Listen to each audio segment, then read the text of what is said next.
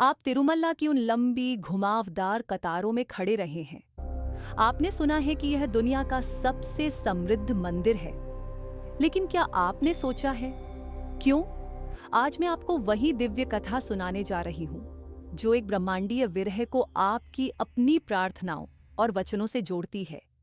और अंत तक मेरे साथ बने रहिए, क्योंकि इस कहानी में एक ऐसा सत्य छिपा है, एक दैवी आरण, जो आपको विस्मय में डाल देगा। शुरू करने से पहले सब्सक्राइब जरूर करें, क्योंकि जो कुछ आप सुनने जा रहे हैं वह सीधे वराह पुराण और भविष्योत्तर पुराण से लिया गया है। ये कोई कल्पना नहीं है, अनेक लोगों के लिए ये जीवित सत्य है। ये कथा शुरू होती है एक बिल्कुल ही अनपेक्षित स्थान से, न पृथ्वी पर, न ही हमारे ब्रह्मांड में, बल्कि वैकुंठ में, जहां भगवान विष्णु माता लक्ष्मी के साथ विराजमान है। एक ऐसा लोक जो समय से परे है, जहां पूर्ण सामंजस्य है। लेकिन एक दिन सब कुछ बदल गया, और इसकी शुरुआत हुई एक साधारण सी परीक्षा से।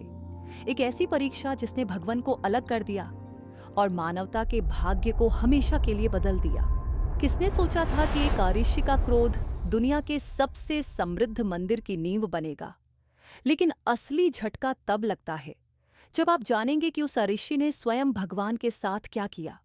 कल्पना कीजिए, सप्तर्षियों में से एक महर्षि भृगु को देवताओं द्वारा एक महत्वपूर्ण कार्य सौंपा गया। ये तय करना कि त्रिदेवों में सबसे महान कौन है, ब्रह्मा, विष्णु या शिव। उनका पहला पड़ाव था ब्रह्मलोक। सृष्टि रचना में लीन भगवान ब्रह्मा और ऋषि भृगु के आगमन को देख न सके। अपमानित महसूस कर भृगु ने उन्हें श्राप दिया, पृथ्वी पर तुम्हारे कोई स्वतंत्र मंदिर नहीं होंगे। इसके बाद वे पहुंचे कैलाश पर्वत। भगवान शिव माता पार्वती के साथ गहन तपस्या में लीन थे। कोई उत्तर न मिलने पर क्रोधित होकर भृगु ने शिवजी से कहा कि तुम केवल लिंग रूप में पूजे जाओगे, मानव रूप में नहीं। और अंत में वे पहुंचे वैकुंठ, जहां भगवान विष्णु आदि शेष पर विश्राम कर रहे थे और माता लक्ष्मी उनके चरण दबा रही थी। तभी भृगु ने कुछ ऐसा किया जिससे पूरा ब्रह्मांड कांप उठा। उन्होंने भगवान विष्णु के वक्षस्थल पर लात मार दी, वही स्थान जहां माता लक्ष्मी सदा विराजमान रहती हैं। पर क्रोध न करते हुए भगवान विष्णु मुस्कुराते हुए उठे और बोले, महर्षि, मेरे वक्ष पर प्रहार करने से आपके चरण को तो चोट नहीं लगी। और जब भगवान विष्णु प्रेम पूर्वक भृगु के चरण दबाने लगे, तो उर्वशी का अहंकार उसी क्षण नष्ट हो गया। भगवान विष्णु की असीम सहनशीलता और करुणा को देखकर भृगु अभिभूत हो गए। उन्हें समझ आ गया, विष्णु ही त्रिदेवों में महान है। लेकिन वहां कोई और भी था जो यह सब देख रहा था, जिसका हृदय टूट रहा था, माता लक्ष्मी। उनके लिए यह सहनशीलता नहीं थी, ये विश्वासघात था। आपने उस स्थान पर प्रहार सह लिया जहां मैं निवास करती हूं। यदि आप मेरे स्थान के इस अपमान को सह सकते हैं, तो शायद मेरे अस्तित्व का मूल्य आपके लिए नहीं रहा। और इसके बाद जो हुआ, उसकी गूंज सदैव ब्रह्मांड में बनी रही। माता लक्ष्मी बिना कुछ कहे वैकुंठ छोड़कर चली गईं। समृद्धि की देवी दिव्य लोक से विलुप्त हो गईं और पृथ्वी पर अवतरित हुईं, कोल्हापुर क्षेत्र में, अपने प्रिय द्वारा असुरक्षित महसूस करने के पीड़ा के साथ। और विष्णु, जो भगवान पूरे ब्रह्मांड का पालन करते हैं, वे अपने ही हृदय को संभाल न सके। पहली बार भगवान विष्णु ने विरह का अनुभव किया, वही पीड़ा जो हर मानव हृदय महसूस करता है। और वे भी वैकुंठ छोड़कर पृथ्वी पर आ गए। सृष्टि के पालक अपने ब्रह्मांडीय कर्तव्यों को त्याग कर अपनी प्रिय की खोज में निकल पड़े और आ पहुंचे वेंकटाद्रि, जिसे आज सब तिरुमला के नाम से जानते हैं।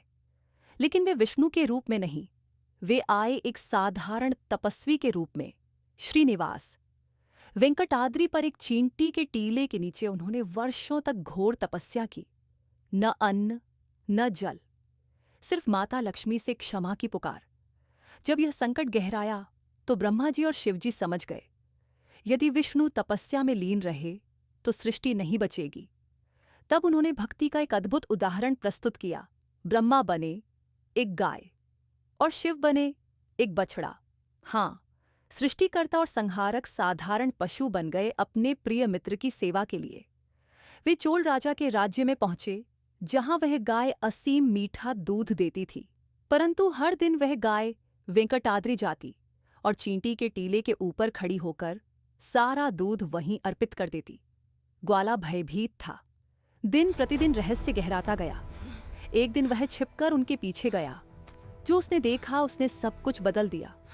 दूध को चींटी के टीले में समाते देख क्रोध में आकर उसने कुल्हाड़ी से प्रहार कर दिया। दिव्य रक्त बह निकला। टीला फट गया और श्रीनिवास प्रकट हुए, मस्तक से रक्त बहता हुआ, उसी स्थान से जहां आज तिलक लगाया जाता है। जैसे ही वह रक्त धरती पर गिरा, पूरा ब्रह्मांड कांप उठा। ग्वाला भय से गिर पड़ा, पर श्रीनिवास ने उसे तुरंत जीवित कर दिया। पीड़ा में भी भगवान की करुणा असीम थी। लेकिन कर्म का नियम न्याय मांगता है। तुमने अज्ञान में कर्म किया है, श्रीनिवास बोले, पर अज्ञान कर्म से मुक्ति नहीं देता। तुम अगले जन्म में एक असुर बनोगे और उसके बाद राजा आकाश राज की पुत्री के रूप में जन्म लोगे। तुम्हारे माध्यम से संतुलन पुनः स्थापित होगा। कुछ समय बाद राजा आकाश राज के खेत में एक स्वर्ण कमल प्रकट हुआ। उसके भीतर थी एक दिव्य कन्या, पद्मावती, माता लक्ष्मी का ही अवतार। वर्ष बीते। पद्मावती अद्वितीय सौंदर्य और बुद्धि से युक्त युवती बनी। एक दिन एक उन्मत्त हाथी उनकी ओर दौड़ा। तभी एक युवा शिकारी आया और उनकी रक्षा की। वह श्रीनिवास थे। ब्रह्मांड को स्मरण था, पर प्रेम त्याग मांगता है। पद्मावती से विवाह के लिए श्रीनिवास ने कुबेर से आरण मांगा, 14 लाख स्वर्ण मुद्राएं। कुबेर ने स्वीकार किया, पर एक शर्त के साथ, यह ऋण कलयुग के अंत तक ब्याज सहित चुकाया जाएगा। सोचिए, सभी ऐश्वर्यों के मालिक है, उन्होंने भी आरण लिया ताकि हर संघर्षरत भक्त से कह सकें, मैं समझता हूं विवाह अद्भुत और दिव्य था। और जब पद्मावती ने श्रीनिवास के गले में वरमाला डाली, स्मृति लौट आई। वह लक्ष्मी थी, वह विष्णु थे। फिर भी उन्होंने वैकुंठ लौटना नहीं चुना। वे पृथ्वी पर ही रहे, तिरुमला की 7 पहाड़ियों पर। कल युग के अंत तक हुंडी में डाला गया हर सिक्का उस दैवी आण की एक किश्त है।